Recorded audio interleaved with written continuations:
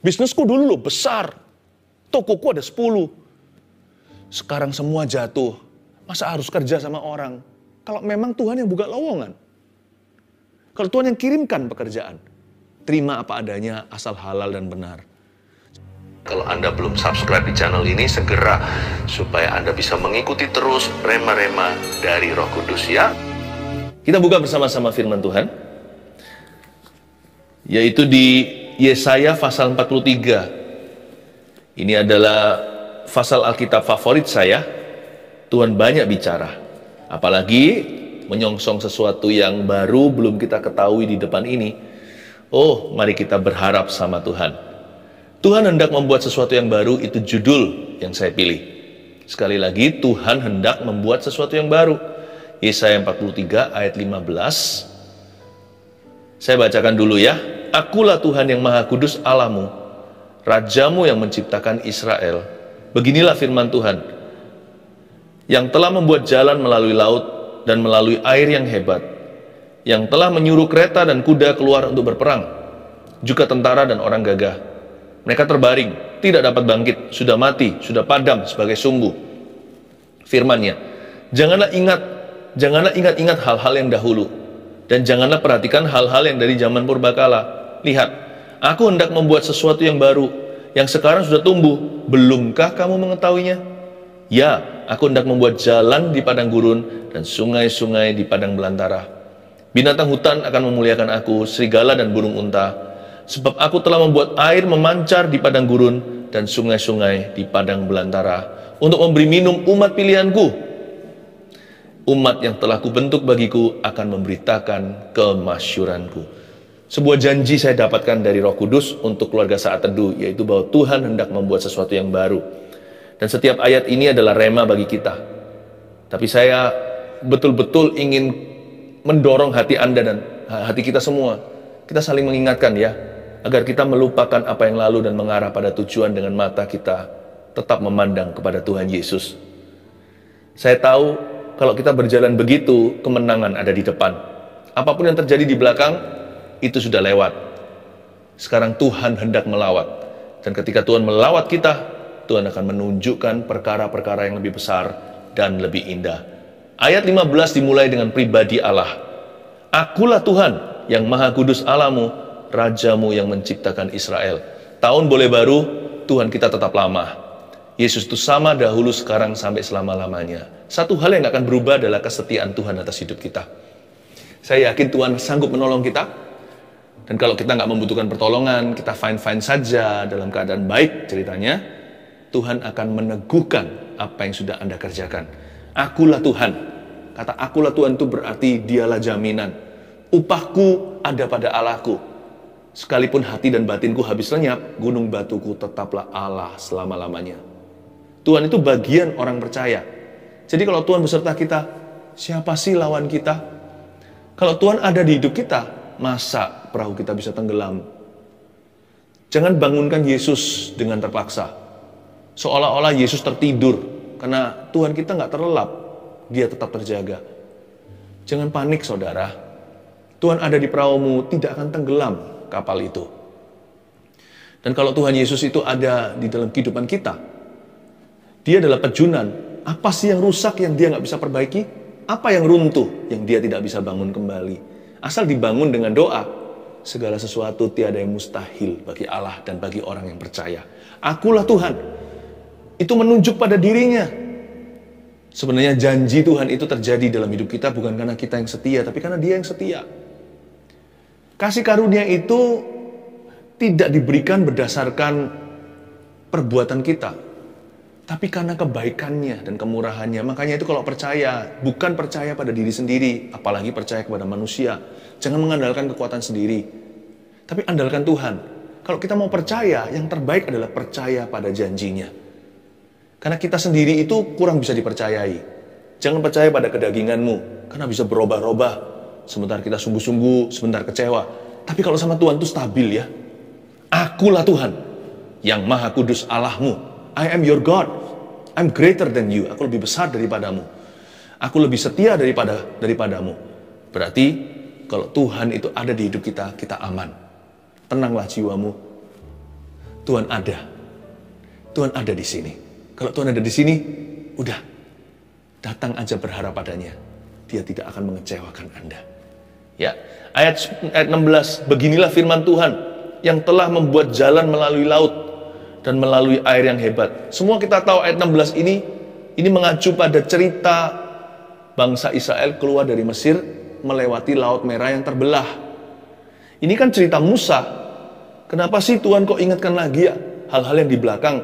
Bukankah nantinya kita akan ketemu ayat 18 firman-Nya, janganlah ingat-ingat hal-hal yang dahulu dan janganlah perhatikan hal-hal yang dari zaman purbakala. Kenapa ayat 16 Tuhan menyuruh kita menoleh ke belakang? Gini loh ya, satu-satunya dari masa lalu yang boleh dibawa ke masa depan, atau satu-satunya dari masa lalu kita yang boleh diingat-ingat hingga hari ini, hanyalah memori pekerjaan atau perbuatan Tuhan. Satu-satunya yang boleh Anda bawa maju, sesuatu yang di belakangmu, adalah memori itu. Jangan lupakan semua perbuatan baik Tuhan di hidupmu yang pernah terjadi.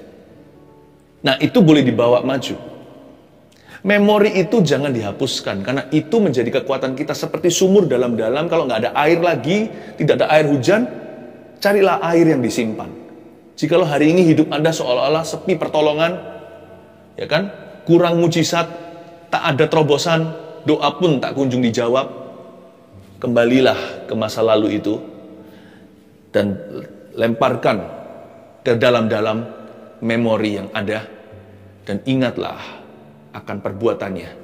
Kalau dulu Tuhan menolongmu, percayalah lagi bahwa Tuhan akan menolong Anda di depan nanti. Karena Tuhan kita nggak berubah dahulu, sekarang, sampai selama-lamanya. Beginilah firman Tuhan. Tuhan bicara sama bangsa Israel melalui mulut Yesaya. Aku yang telah membuat jalan melalui laut dan melalui air yang hebat, yang telah menyuruh kereta dan kuda keluar untuk berperang. Itu adalah kereta kudanya Firaun dan tentara Mesir. Juga tentara dan orang gagah, mereka terbaring tidak dapat bangkit, sudah mati. Mereka mengejar orang Israel, nggak bisa kan? Koyaklah semua roda-rodanya. Bangsa Israel bisa begitu aja jalan di tengah-tengah lautan. Bedanya sama Petrus jalan di atas air. Bedanya dengan mereka apa? Bangsa Israel berjalan di tengah-tengah air. Kiri kanan itu tembok raksasa. Air tidak bisa menembus di mana mereka berada. Luar biasa kan? Tapi bangsa Mesir yang mencoba untuk mengejar mereka dengan kekuatan kuda, oleng semua itu roda. Mereka terbaring tidak dapat bangkit, sudah mati, sudah padam sebagai sumbu. Tuhan ingatkan bangsa Israel yang kurang iman. Kamu ingat nggak aku pernah begini dalam sejarahmu? Aku akan membuatnya lagi. Wow. Mengapa? Karena akulah Tuhan yang Maha Kudus, Allah Israel. Aku tidak berubah. Dulu aku bisa, sekarang aku mampu. Dulu aku mau, sekarang aku masih mengasihimu. Luar biasa ya. Ayo kita memasuki tahun yang baru ini dengan sebuah semangat yang baru. Semangat bukan dari positive thinking kita, tapi semangat dari sesuatu yang jauh lebih dapat dipercaya. Kalau dari pikiran sendiri kan itu rekayasa. Tapi kalau pribadi Allah itu nggak berubah.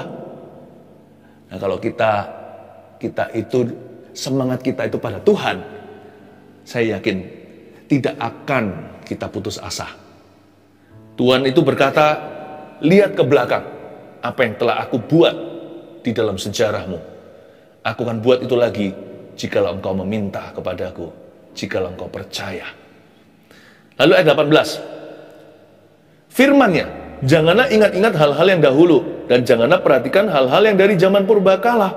Tunggu sebentar. Ayat 16, 17 suruh ingat. Ayat 18 nggak boleh ingat. Beda yang diingat. Ayat 16, 17 suruh ingat perbuatan Allah. Sedangkan ayat 18 kita disuruh nomor 1, melupakan kegagalan dan kemuliaan di masa lalu. Ini bukan kemuliaan Tuhan ya, ini kemuliaan kita. Lupakan, Tuhan pernah pakai Anda, sudahlah jangan jual jasa. Lupakan, dulu Anda sukses, atau bahkan lebih sukses. Ya, nanti jangan-jangan kita terus referensi ke sana, dan gak maju-maju, gak bisa move on orangnya. Aku dulu itu loh, pemimpin pujian, tapi setelah Anda mundur sekian lama, sekarang bahkan tidak pelayanan. Udah lupakan. Dulu ya dulu. Dulu pernah melayani, orang lain diberkati, ya sudah, itu semua sudah jadi kemuliaan Allah. Maksudnya, sudah menjadi kemuliaan untuk Tuhan. Ayo mulai melayani lagi. Jangan ngomel kalau disuruh angkat-angkat kursi di gereja, meskipun secara sukarela tidak berbayar. Aku dulu padahal di atas panggung situ. Gak apa-apa, Tuhan mau memulai sesuatu yang baru. Kadang-kadang sesuatu yang baru itu sederhana dulu. Bisnisku dulu loh, besar. Tokoku ada 10. Sekarang semua jatuh. Masa harus kerja sama orang? Kalau memang Tuhan yang buka lowongan. Kalau Tuhan yang kirimkan pekerjaan. Terima apa adanya, asal halal dan benar. Jangan berkata, dulu aku mulia. Sekarang juga ada mulianya. Anda bangkit itu mulia loh. Dan dari 1 itu 5 roti 2 ikan. Siapa bilang Anda tidak bisa berakhir memberi 5.000 staf makan? Kalau Tuhan yang bekerja, tiada yang mustahil. Kalau Tuhan yang ada mau, bisa memulai dengan 1 biji. Sebentar lagi Anda akan melihat perkara-perkara yang hanya bisa saya jelaskan dalam 1 kata, yakni mujizat. Udah melupakan kegagalan dan kemuliaan di masa lalu, termasuk kegagalan, discouragement, perasaan down gara-gara dulu pernah gagal, sampai sekarang kok masih tertuduh. Di tahun yang baru kok belum kadaluarsa itu tuduhan. Terus merasa guilty. Emangnya merasa guilty kita bisa menambah sasta? Emangnya dengan kita merasa bersalah itu kita bisa dekat sama Tuhan? Apa untungnya kerajaan sorga jikalau Anda terus menunduk berkata, aduh, bodoh aku dan menepuk dadamu? Apakah Tuhan berkenan pada korban pengampunan dosa? Kalau itu bukan dari Tuhan Yesus, tapi Anda menyakiti diri, apakah Tuhan tuh happy melihat Anda dengan menyakiti diri gitu? Apakah dosamu diampuni? Bukannya malahan kita berdosa yang baru dengan melukai tubuh. Berapa banyak orang itu sekarang hidupnya itu menyiksa dirinya? Karena dia nggak bisa mengampuni kesalahan yang dia lakukan. Dia nggak bisa move on dari kegagalan. Beberapa orang mabuk-mabukan, beberapa rusak-rusakan. Itu juga bentuk self-punishment. Itu juga bentuk hukuman pada dirinya. Tidak sedikit yang sekarang menjauhi Tuhan. Udahlah nggak Tuhan-Tuhanan. Apakah dengan demikian Anda jauh lebih benar? Apakah itu menolongmu? Apakah menambah sehasta pada hidupmu? Apakah dengan melakukan semua itu dosamu jadi lebih diampuni? Lebih ringan di mata Tuhan? Bukannya lebih baik dengan bertobat dan meninggalkannya? Lalu setelah itu, move on dalam Tuhan Yesus. Udah jangan diingat-ingat lagi hal-hal dari zaman purbakala. Buat apa sih? Yang lalu ya sudah lalu. Apa yang sudah lewat ya sudah lewat. Jikalau nasimu sudah menjadi bubur, makanlah bubur itu dengan syukur. Buat apa pentelengin terus, dipelototin tuh bubur? Emangnya bisa jadi nasi lagi? Tambah lama-lama disia-sia. Nasi yang sudah jadi bubur di depanmu itu, lalu dikeluhi, diratapi, lama-lama buburnya jadi basi. Lebih baik bubur ya bubur, tunduk kepala, doa bersyukur dan katakan terima kasih untuk makanan yang tidak mengenyangkan ini, tapi gara-gara ini, kalau aku makan, aku tidak akan mati. Makan dulu, sampai Tuhan kirim nasi. Ya kan? Lupakan kegagalanmu. Demikian pula lupakan kemuliaanmu. Apapun perkara baru yang di depanmu, sambut itu. Sambut dengan bahagia. Katakan, Tuhan belum selesai dengan saya. Allah masih akan bekerja. Ku tahu rencananya indah bagiku. Ku tahu kehendaknya baik bagiku. Ku tahu rancangannya sempurna bagiku. Sekalipun sekarang aku belum mengerti sepenuhnya. Sekalipun sekarang aku belum tahu. Aku beriman dulu bahwa Tuhan hendak membuat sesuatu yang baru. Be excited. Bergairahlah. Itulah dari sisi kita. Kalau Tuhan mau membuat sesuatu yang baru, sisimu dan sisiku adalah melupakan kegagalan dan kemuliaan kita di masa lalu. Lalu ayat 19, lihat. Aku hendak membuat sesuatu yang baru, yang sekarang sudah tumbuh. Belumkah kamu mengetahuinya? Ya, aku hendak membuat jalan di padang gurun dan sungai-sungai di padang belantara. Ayat 19 ini, Tuhan suruh kita lihat. Lihat, look, behold, aku hendak membuat sesuatu yang baru. yang sekarang sudah tumbuh. Lalu ada pertanyaan, belumkah kamu mengetahuinya? Sebenarnya pertanyaannya di sini itu bunyinya begini loh. Belumkah kamu mengetahuinya itu kalau di telinga saya bunyinya demikian. Will you walk with my Holy Spirit? Will you be in step with my Spirit? Akankah engkau berjalan dengan rohku? Belumkah kamu mengetahuinya itu bukan pengetahuan, tapi pengenalan. Bukan pengetahuan belaka, tapi perjalanan. Itu sebuah tawaran, belumkah kamu mengetahuinya itu bukan informasi yang Tuhan cari. Tetapi hati yang diserahkan. Tuhan berkata, maukah kamu berjalan dengan rohku di tahun yang baru ini? Makanya itu nomor 2 poinnya. Melangkah dengan pasti bersama Roh Kudus. Jangan berhenti sampai melupakan apa yang di belakang kita. Nah, yang penting sekarang, lebih penting adalah berjalan ke depan. Nah, kalau jalan ke depan, jangan jalan sendirian. Jangan bersandar pada pengertianmu sebagai manusia, tapi melangkahlah dengan pasti bersama Roh Allah. Belumkah kamu mengetahuinya? Makanya itu kalimat berikutnya kalau Anda lihat 19b bunyinya begini, ya, aku hendak membuat jalan di padang gurun. Lihat, yang Tuhan tawarkan pertama-tama adalah jalan. Tuhan nggak tawarkan resources atau sumber dayanya dulu. Tuhan tawarkan jalannya dulu. Maukah kamu jalan sama aku? Melangkahlah dengan pasti. Kenapa kita bisa pasti padahal kita nggak tahu? Karena hari esok siapa yang bisa mengerti? Tapi kalau Roh Kudus yang jadi pilotnya, Roh Kudus, Roh Allah yang jadi nahkodanya, tenanglah jiwaku, kita tahu siapa yang pegang kendali. Karena Roh Kudus itu adalah Roh Allah yang hidup, yang maha tahu dan maha kuasa. Kalau dia berjalan di depan kita tidak takut. Sebelum kita tahu, dia sudah tahu dulu. Sebelum kita mengerti, dia sudah tahu segala sesuatu. Kalau kita nggak bisa berbuat apa-apa, dia sudah tahu jalan keluarnya. Kalau saya dituntun sama Roh Kudus, saya adalah anak Allah. Dan siapa memiliki Roh Allah, dia adalah anak-anak kerajaan sorga. Dan siapa punya Roh Kudus, dia akan dituntun olehnya. Peganglah tanganku Roh Kudus setiap hari, ku tak berani jalan sendiri tanpa engkau. Bawalah diriku pada semua atau seluruh kebenaran, agar ku tidak tersesat mengikuti jalan Tuhan. Jalan di padang gurun. Ya, aku hendak, kata Tuhan di sini, membuat jalan di padang gurun. Ayo jalan sama aku beri Roh Kudusku. Tuhan gak beri malaikat loh ya jalan di depan. Yang itu Musa gak mau. Musa berkata, kalau engkau sendiri tidak jalan bersama dengan kami, jangan suruh kami pergi dari sini kemanapun juga. Karena apa bedanya kami dengan bangsa lain yang tidak mengenal Allah? Musa minta penyertaan di padang gurun. Kita minta Roh Kudus di perjanjian baru. Dear Holy Spirit, walk with me. Take me by my hand. Tangkap aku, pegang aku dengan tanganku. Ya, aku hendak membuat jalan di padang gurun. Lalu lihat, dan sungai-sungai di padang belantara. Memang tidak heran ya, Roh Kudus itu seringkali digambarkan seperti air.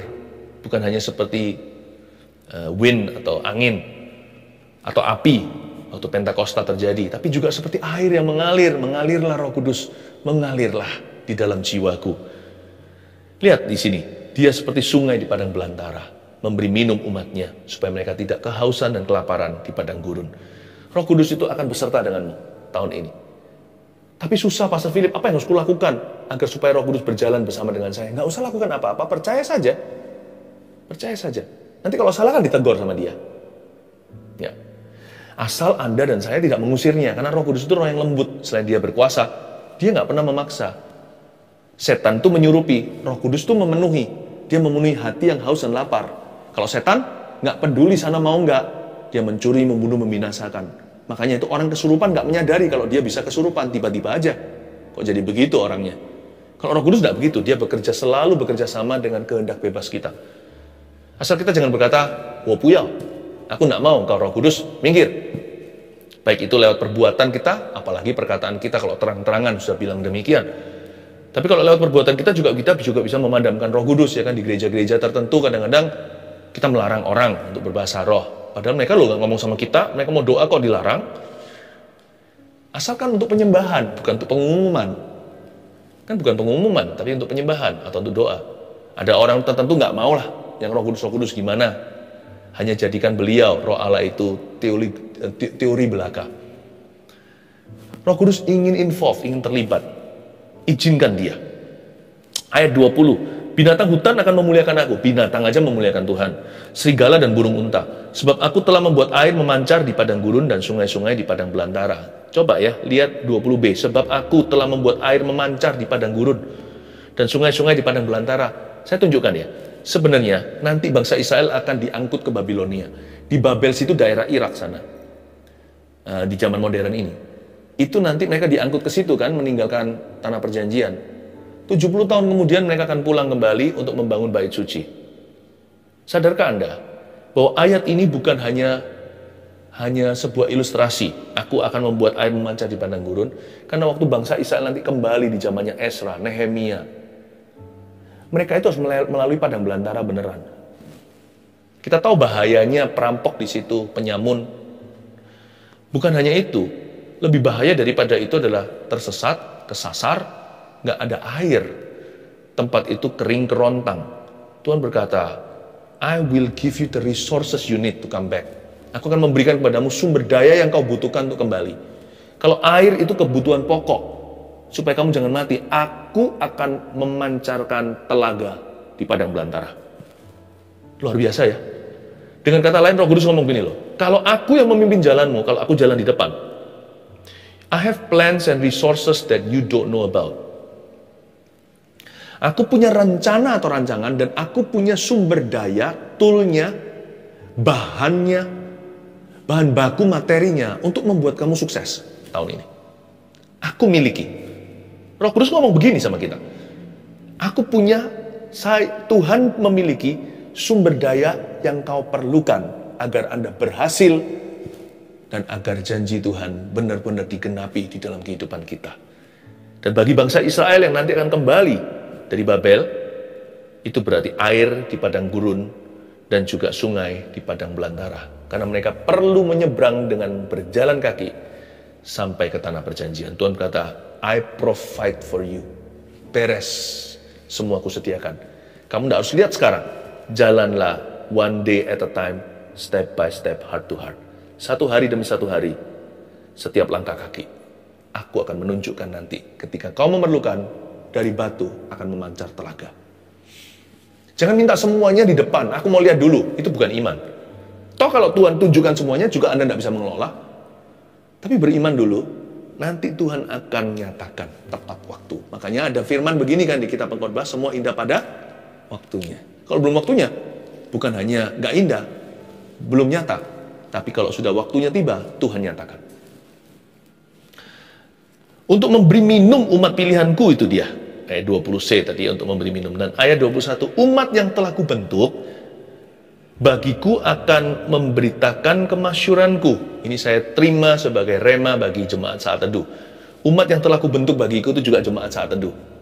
Akan memberitakan kemasyuranku. Nomor 3, bagaimana sih peran kita kalau Tuhan hendak membuat sesuatu yang baru, apa bagian kita?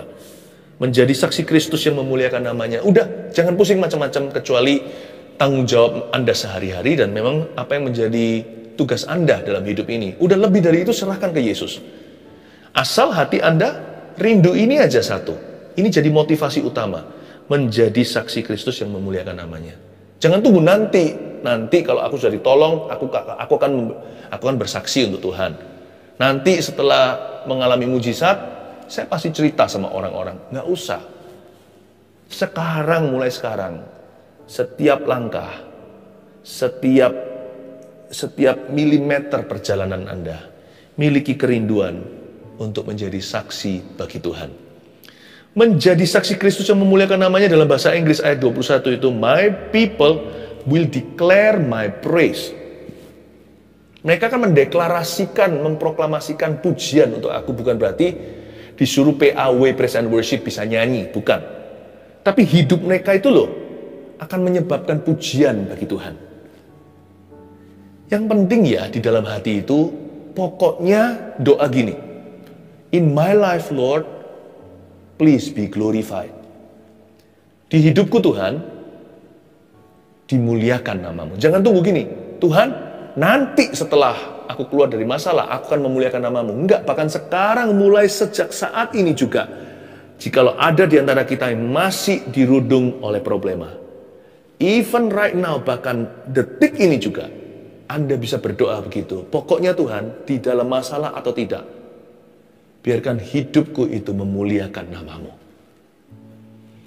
Orang ngalami mujizat bisa memuliakan Tuhan. Oh ya, dia bisa cerita dan orang lain semua terkagum-kagum dan berkata, Tuhan bisa begitu ya dalam kehidupan kita. Tapi orang dalam masalah bisa memuliakan Tuhan nggak? Bisa dengan sikap hati yang benar. Mereka akan berkata, kamu loh masih dalam masalah, malu aku. Aku aja yang nggak punya masalah seperti kamu. Nggak bisa bersyukur seperti dirimu. Nggak bisa sepositif Anda. In my life, Lord, be glorified. In my life, Lord, be glorified. Be glorified. In my life, Lord, be glorified today. Itu aja. In my heart, Lord, di hatiku, be glorified. Be glorified. In my heart, oh Lord, be glorified today. Lagu sederhana yang saya sering nyanyikan waktu saya masih awal-awal jadi orang Kristen lahir baru. Itu saja kerinduan. Pokoknya Tuhan, I don't know. Aku tidak tahu kapan aku akan lebih baik. Kapan aku akan lebih beruntung. Pokoknya Tuhan sekarang, now in my life be glorified somehow.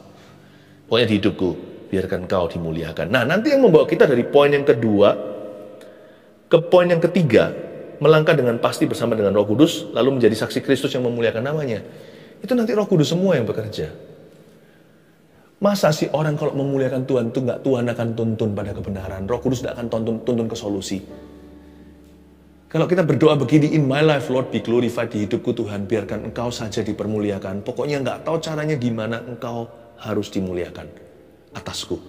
Masa Roh Kudus tidak akan tuntun dan tunjukkan jalan keluar? Masa Tuhan akan tangkap dan angkat kita pada kemuliaan yang lebih besar? Bukankah firman Tuhan bunyinya begini? Dia yang menuntun kita dari kemuliaan pada kemuliaan. Dalam bahasa Inggrisnya bagus sekali, from glory to greater glory. Tapi kalau mata kita tertuju ke mujizat, atau mata kita tertuju pada jawaban, tertuju pada kelepasan, kesembuhan, nanti kita tunggu dulu untuk memuliakan Tuhan. Ini dulu baru itu. Tapi kalau mata kita tertuju ke Kristus, kita akan lupakan yang lalu, mengarah pada tujuan dengan mata kita tertuju pada Tuhan Yesus. Tanpa kita sadari, kita sudah jalan berkilo-kilometer ke depan, menoleh ke belakang. Sudah jauh. Dan lihat lagi ke sana, tiba-tiba ada titik terang secercah harapan. Ada pintu yang terbuka, selama ini tertutup di depanmu. Lalu mujizat terjadi. Dan waktu itu terjadi, maka seperti mimpi ketika Tuhan memulihkan kita. Menjadi saksi Kristus yang memuliakan namanya. Udah itu aja. Kalau Tuhan hendak membuat sesuatu yang baru, imani dulu. Pokoknya aku mau jadi saksi Kristus yang memuliakan namanya. Today, hari ini. 3 hal yang saya sampaikan pada Anda. Mari kita lakukan firman. 1, melupakan kegagalan dan kemuliaan di masa lalu. Kenapa? Karena Tuhan hendak membuat sesuatu yang baru. 2, melangkah dengan pasti bersama Roh Kudus. Karena perkara baru ada di depan, biarkan Tuhan Allah Roh Kudus yang memegang tangan. 3, menjadi saksi Kristus yang memuliakan namanya. Nggak usah nanti lagi, nggak usah tunggu. Ini bisa kita lakukan hari ini dan berkata, Lord, glorify your name in my life. Di dalam hidupku, biarkan Engkau dipermuliakan. Percayalah, nanti Anda akan jadi kesaksian lebih dari hari ini. Karena Tuhan tidak pernah gagal dalam kehidupan mereka yang beriman kepadanya. 1 Petrus 4 ayat 7. Kesudahan segala sesuatu sudah dekat. Karena itu, kuasailah dirimu dan jadilah tenang, supaya kamu dapat berdoa. Saudara yang terkasih, terima kasih telah mendengarkan firman Tuhan hari ini. Jangan lupa untuk dukung terus channel ini dengan cara subscribe, like, share, dan juga komen, agar saudara kita yang lain juga boleh terberkati. Tuhan Yesus memberkati kita.